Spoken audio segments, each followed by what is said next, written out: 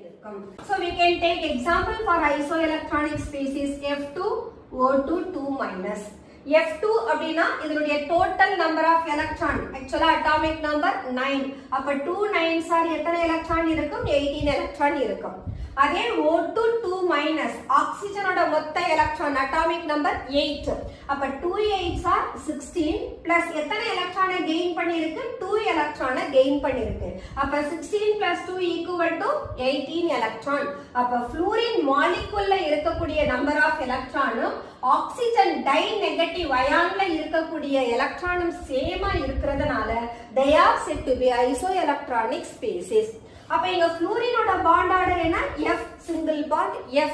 அப்போ O2 2- line bond order எப்படி தான் இருக்கும்? சிங்கிள் பாண்டா தான் இருக்கும். So we can write O2 O- O- னு கிடைக்கும். where the bond